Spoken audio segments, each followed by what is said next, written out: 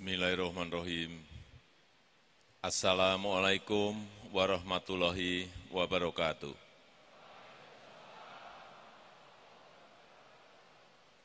Selamat pagi, salam sejahtera bagi kita semuanya. Shalom, Om Swastiastu, Namo Buddhaya, salam kebajikan. Yang saya hormati Ketua KPU Bapak Hasyim Asyari beserta seluruh jajaran komisioner Komisi Pemilihan Umum Republik Indonesia.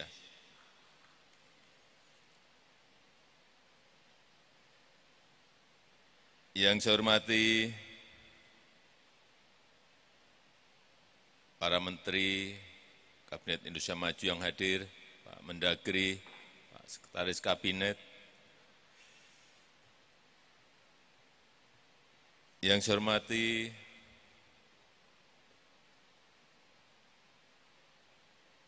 Ketua Bawaslu, Ketua DKPP, Kapolri yang pada pagi hari ini juga hadir. Ini menyangkut nanti keamanan pemilu. Yang saya hormati seluruh ketua KPU Provinsi beserta seluruh jajaran, yang saya hormati ketua KPU Kabupaten dan Kota seluruh tanah air Indonesia, ketua KIP Kabupaten dan Kota se-Provinsi Aceh,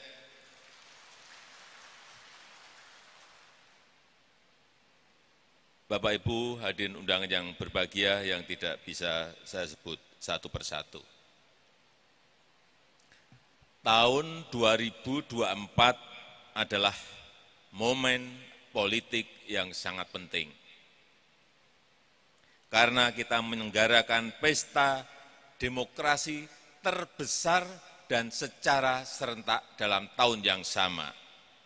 Pemilihan presiden dan wakil presiden, DPR, DPD, DPRD, dan dilanjutkan dengan pilkada, pilihan gubernur, wakil gubernur, pilihan bupati, wakil bupati, dan pilihan wali kota dan wakil wali kota, yang digelar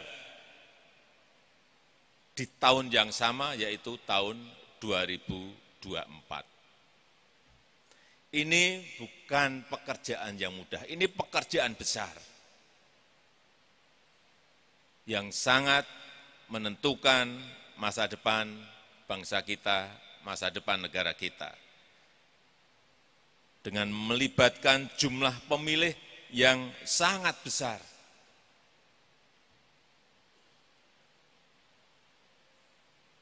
Terakhir, hitungan terakhir berapa Pak Ketua? 189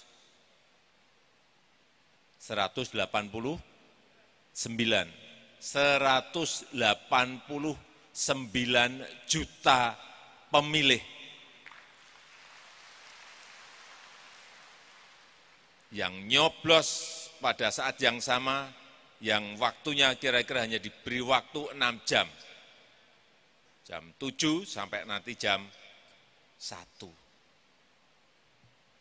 Mengelola ini tidak gampang dengan wilayah Negara Kesatuan Republik Indonesia kita yang sangat luas, dengan kondisi geografis yang sangat beragam, berbeda, sangat berbeda dengan negara-negara lain. Bayangkan kita harus pergi ke 17.000 pulau. Ada yang naik perahu, ada yang naik kapal, ada tadi yang harus didukung untuk distribusi logistik oleh TNI, oleh Polri, karena memang medannya medan yang tidak mudah. Ada yang bawa sepeda motor terpeleset tadi.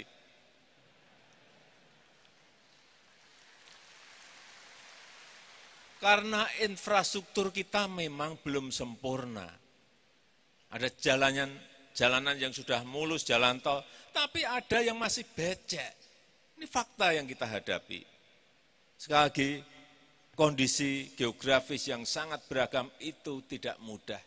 Utamanya dalam distribusi logistik pemilu.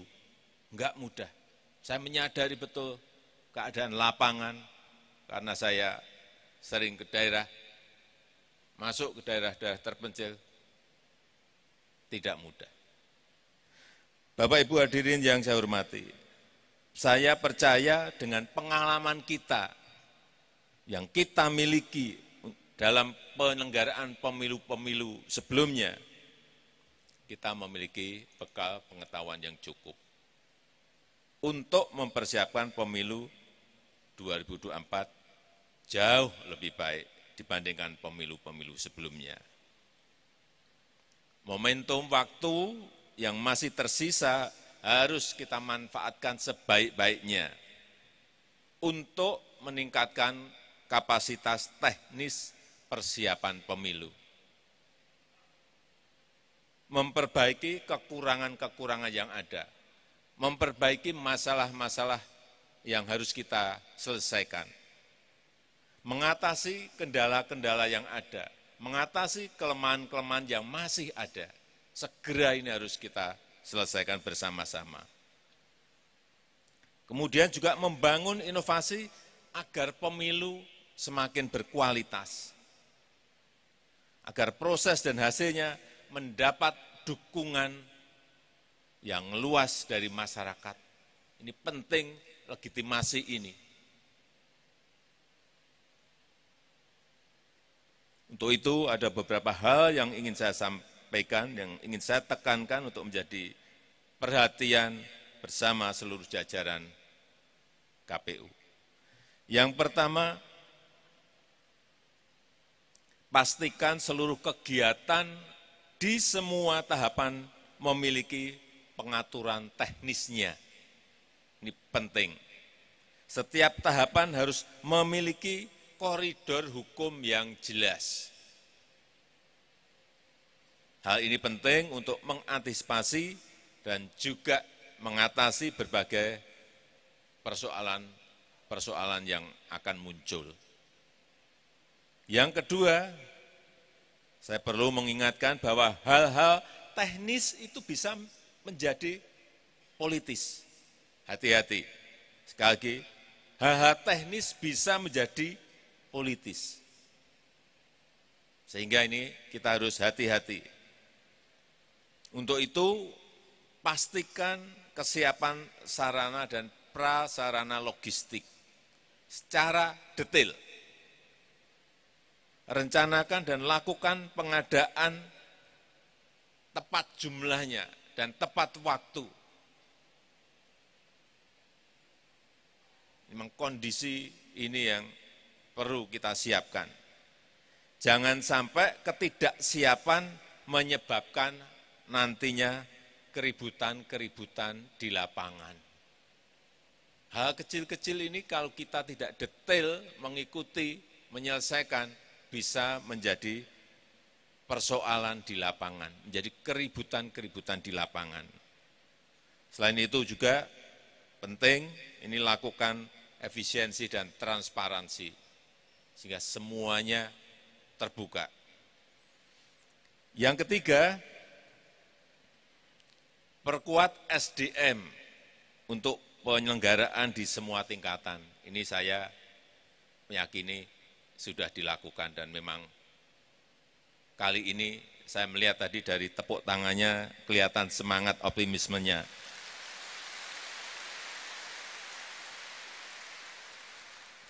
Dari tingkatan paling bawah sampai atas, bekali pengetahuan, keterampilan, dan kemampuan-kemampuan lainnya yang dibutuhkan agar seluruh perangkat dan petugas mampu bertugas dengan baik. Semua jajaran KPU harus menyadari besar dan pentingnya tugas untuk mengawal pesta demokrasi bangsa kita. Momentum berharga untuk menunjukkan komitmen dan integritas, menunjukkan dedikasi dan kemampuan terbaik bagi masa depan bangsa dan negara kita.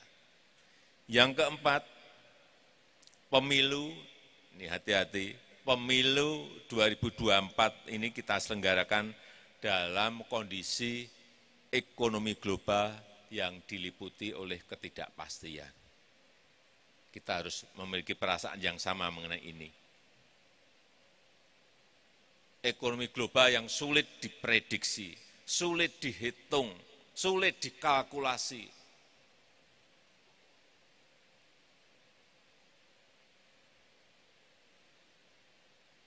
Sudah sering saya sampaikan, sekarang ini sudah 14 negara masuk sebagai pasiennya IMF untuk dibantu. Dulu 97-98 itu hanya 5 negara sudah geger. Ini sudah 14 negara masuk jadi pasien. 20 negara ngantri lagi di depan pintunya IMF untuk minta juga bantuan. Dan ada 66 negara yang rentan untuk ikut ngantri lagi di depannya IMF. Ini yang kita harus memiliki perasaan yang sama bahwa sekarang kita tidak berada pada posisi yang normal, tetapi pada posisi yang abnormal. Karena pandemi, diawali oleh pandemi, perang di Ukraina, ketegangan geopolitik, muncul persoalan-persoalan baru, krisis pangan, krisis energi, krisis finansial, krisis biaya hidup di semua negara dan justru yang banyak di negara-negara maju. Inilah yang kita harus memiliki perasaan yang sama bahwa saat ini keadaan dunia sedang sulit dan semua kepala negara pusing kepalanya. Indonesia tidak.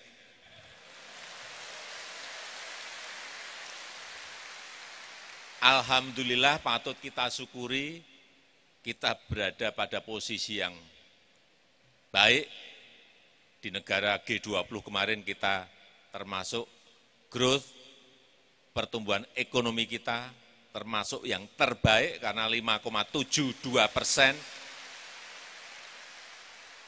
Tapi tetap kita harus hati-hati dan waspada. Jangan sampai membuat kebijakan sekecil apapun yang salah sehingga kita terpleset menjadi sulit. Ini yang harus kita pertahankan. Oleh sebab itu, stabilitas politik betul-betul harus kita jaga. Jadi saya titip pesan tadi dalam rangka juga ke sisi ekonomi. Sekali lagi, pemilu 2024 diselenggarakan dalam kondisi ekonomi global yang penuh dengan kesuraman, kesulitan, ketidakpastian. Di tengah kita bekerja keras untuk terus memulihkan ekonomi kita. Oleh sebab itu, saya titip KPU harus bekerja dengan efisien. Memanfaatkan anggarannya dengan cermat dan efisien, mengatur skala-skala prioritas yang memang harus.